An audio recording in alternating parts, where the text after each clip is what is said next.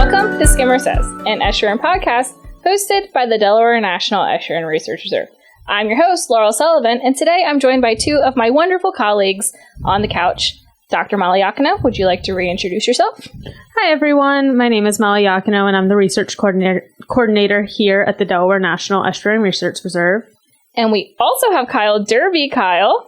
Hi, everybody. I'm Kyle Derby. I'm the research coordinator for the Chesapeake Bay, Maryland NERR. Thanks for joining us today. I know that that's a short, not so short drive. That's fine. Do you want to tell us a little bit about the Maryland Reserve? Sure. So the Maryland National Estuarine Research Reserve, there are two Chesapeake Bay NERRs, one in Maryland and one in Virginia. The Maryland NERR was the first NERR designated in 1985, so 40 years this year. We have three components. The Delaware NERR has two. Yes. So we have three components. One is down in Somerset County, the oldest component, Menai Bay, which is a brackish wetland system, kind of like the St. Jones. And then we have two other components. One is Jug Bay on the Patuxent River in Maryland, which is a tidal freshwater riverine wetland, which is a very rare environment, kind of like the Blackbird. And then our third component is Otter Point Creek, which is up in Abingdon near Aberdeen Proving Ground in Maryland, which is a tidal freshwater embayment system. So we actually have two tidal freshwater components and one tidal brackish component. What does the word embayment mean? It's basically like a small bay off the main part of the bay. So that's cool. A bay within a bay. That's kind of cool.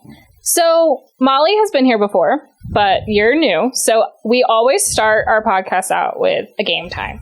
So today, Sadie came up with a this or that. Are you ready? I'm going to give you two things, and I want you to tell me which one you'd prefer. Okay. Coffee or tea? Coffee.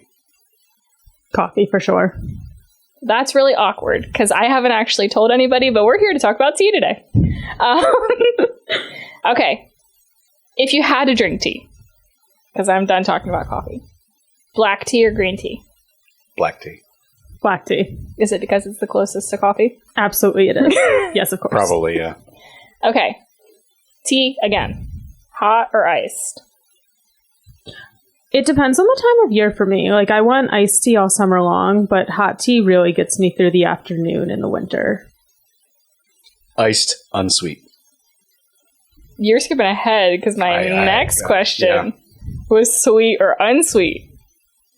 Unsweet all the time. Unsweet. That's a crime, but okay. Unsweet is crazy. It's definitely should be sweet tea only. Maybe a splash of unsweet if it's too sweet.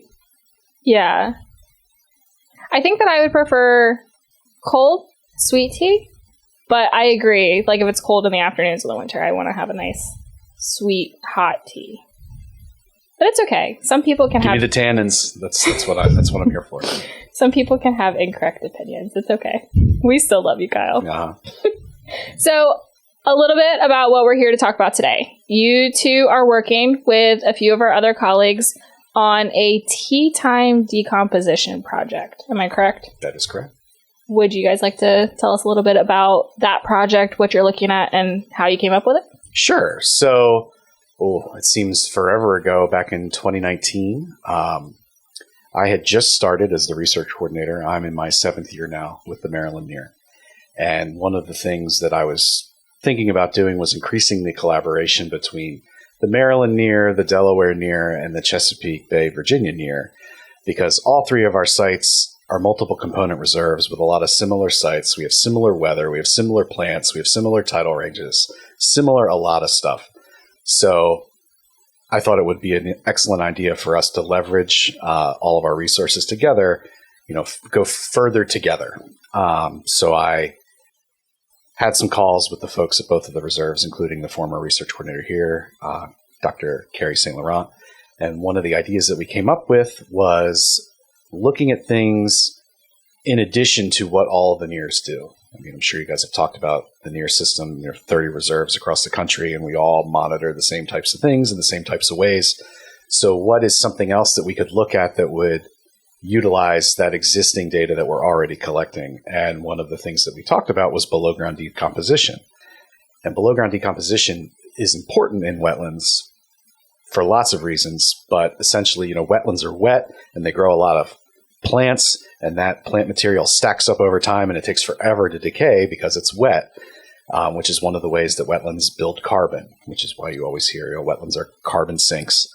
But one of the ways they get rid of carbon is through decomposition. So how do you measure that?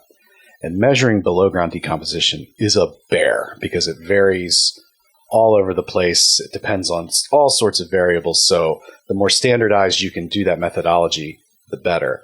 And a method was developed in Europe quite a while ago now, where you actually bury tea bags in the marsh because tea is essentially plant material. I mean, you're steeping leaves in water. That's what tea is. And since Lipton wants a reproducible product for every tea bag that they make, it's the same amount of tea. It's the same type of tea in every single bag. So these researchers in Europe, the website is Tea Time for Science, with not 4 spelled out, the number 4, had deployed tea bags in all sorts of environments and measured essentially the weight when they went in and the weight when they came out. And that difference, through lots of complex math and calculations, equations with lots of letters in it, gives you the rate of decomposition. And the 3 reserves, we discussed it, and we decided that we would pitch this to the entire system at the NERR's annual meeting. And we had, I want to say, 26 reserves sign on, which was all of them at that time, except for 1 or 2. And the ones that didn't wanted to, but literally didn't have the staffing at that time to do it. And we put in for a NERR Science Collaborative grant to fund that project. The project wasn't funded, so we said, well, forget that, we'll do it anyway. So I had to convince my procurement folks to purchase the tea, because since the study was done in Europe, all the calculations were done with European Union standardized tea. So American, you could go to Costco and buy the big box of green tea and do this. You could totally do that. But for the science to science, it would need to be the same type. So that was a fun couple of weeks buying all of that. But yeah, and then we sent an email out to everybody to see who wanted to sign on for this back of the napkin effort that we were trying to scrape together. And we ended up having 20 total reserves participate in the project. And then COVID happened. So it was a very interesting 2020, 2021, 2022, figuring this project out, getting it all set up. But we are working on it, right? Actively working on it. We've got the paper getting put together as we speak. Yeah, literally as we speak. So when you're saying burying tea bags in the marsh, are they just, I take out this Lipton thing, tea bag, and I put it in the, how does it happen? What does the magic look like? It's very close to that. Let me paint you a picture. So it is very close to just burying tea bags in the marsh. But because we're weighing the amount of tea in a tea bag, you need to have a pretty good scale to really get that, level of detail. So we would take the tea bags out, weigh them, label them, and then put them into a window screen packet that we made in order to protect them. Because, they're designed to just sit in some hot water for, however long you like to keep your tea in hot water, not stay out in the marsh for 90 days. So you don't want roots to grow through them or an animal to rip into them. So we would make these fiberglass window screen packets for them. And basically weigh everything and keep track of everything. So it was a lot of keeping everything lined up. Organization set us free with this project. There was no willy-nilly when you're sending it to 20 different reserves. Carrie and I did the first year in her driveway because it was COVID and nobody knew what was going on. It was very early on during all of that. So we were weighing and sealing, doing all of that in her driveway while her daughter drew chalk behind us. The pictures are pretty funny. I don't know if any of those will make it into the manuscript or not. The second year we did a lot of that legwork here, and then I would ship the tea out to all the reserves. So I would go and essentially ruin a FedEx worker's morning with my 30 boxes that needed to go everywhere from Puerto Rico to Washington State, with a receipt as long as this couch. Yeah. So, but yeah, that was how it worked. And we weighed everything, and then reserves there after the deployments, they went in for about 90 days. We're recording this right after Memorial Day, so this is about when we would deploy the bags and we would pull them out in late August, early September, which is about 90 days later, and then dry them and weigh them again, and then cut the bags open and weigh the tea inside the bags, and then plug it into the math, which is not a picture that I think anybody wants to hear us paint. That's fair. That's fair. So what have you been finding? Does it look the same in all 20 of the reserves? Not at all. Not at all. There was a lot of variability within the different regions. So we grouped all the reserves into their different physiogeographic regions. So like the Maryland Reserve, the Virginia Reserve, and the Delaware Reserve are all grouped together, but the New England Reserves are grouped differently. The Hawaii Reserve, it's its own thing. And the West Coast Reserve are grouped into their different regions. And none of the regions were that different, which was very surprising. But there were some interesting relationships that may not have been that surprising. So the warmer the region was, the higher the decomposition rate, which would make sense because, you know, if you think about food, food goes bad when it's hot, right, and food stays okay when it's cold. What breaks that food down and makes it disgusting? It's microbes, and that's what's eating these teas. So that makes sense. But then the other interesting trend that we saw was the saltier the water was, the lower the decomposition rate, which is another not necessarily surprising result. But we didn't see any other real trends. We also looked at the vegetation cover, where those tea bags were deployed within the marsh, so the lower sites that were flooded more versus the drier sites that weren't flooded more, those rates were the same statistically. And that variation wasn't significant, which we were actually really surprised to see. I don't think we expected that at all. But then also to see that, aside from Hawaii, all of the rates were similar. We did also see some localized, I guess, interesting bits in the tea. So, for instance, at the Texas Reserve, they had experienced an extreme weather event. Not a hurricane, but like extreme rain flooding event. And there was some evidence of that being in looking at their year 1 versus year 2 data. And so that was also, although not something we saw across the reserve system, there was like these stories that we could pick out of those individual reserves once we dug into those data. It's pretty cool. It rained so much that it actually decreased the salinity enough to have an impact of the decomposition rates, which we only saw because we did it 2 years in a row. If we had only seen it, if we'd only deployed for 1 year, we would have just... Yeah, okay. Replication matters. Uh-huh, that's right. So you use 2 different types of tea, correct? Yes. You use the rooibos and the green tea. Yes. Is there a reason why, and is there differences between those 2 teas and their decomposition? Yes. You want to take this one? Sure.